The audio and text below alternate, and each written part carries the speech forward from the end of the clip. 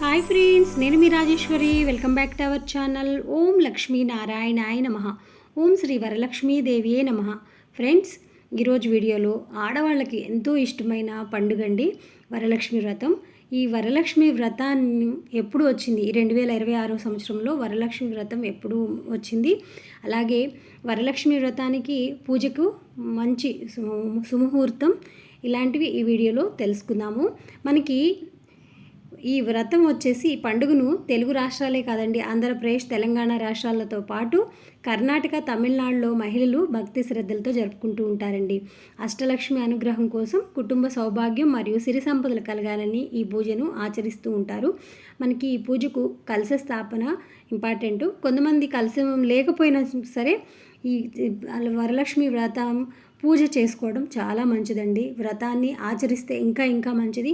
మాకు అలవాటు లేదు అది ఇది అనుకుంటే కనీసం మీరు వరలక్ష్మి వ్రతం పూజ చేసుకోండి, చక్కగా కలశం పెట్టుకోకపోయినా. లక్ష్మీదేవి కలశంలో అయితే ఆవాహనం చేసి కొత్త వస్త్రాలు, ఆభరణాలతో అలంకరిస్తూ ఉంటారు. తోరణం కట్టడం, పూజకు ముందు తోరణం, 9 పోగులు ద్వారం, ఇవన్నీ మీకు పూజ ఎలా చేసుకోవాలో అందులో చెప్తానండి.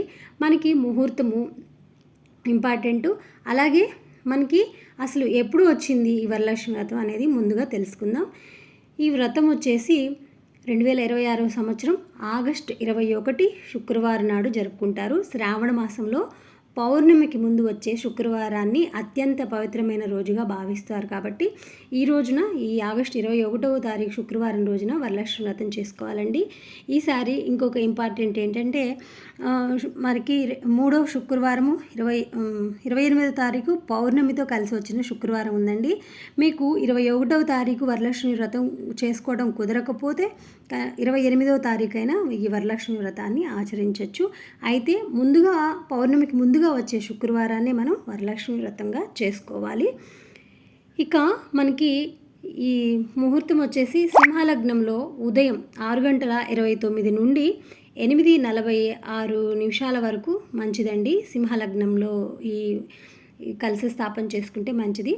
ఇక వృశ్చిక లగ్నం అంటే ఉదయం కుదరని వాళ్ళు మధ్యాహ్న సమయం అండి, 1:22 నుండి 3:41 లోపు ఈ వ్రతాన్ని చేసుకోవచ్చు. ఇక మధ్యాహ్న సమయంలో ఎందుకు వద్దులే అనుకున్న వాళ్ళు ఉదయం తెల్లవారుజాము చేస్తేనే మంచిదండి. ఇక ఉదయం కూడా కుదరలేదు అనుకుంటే సాయంత్రం సమయంలో చేసుకోండి.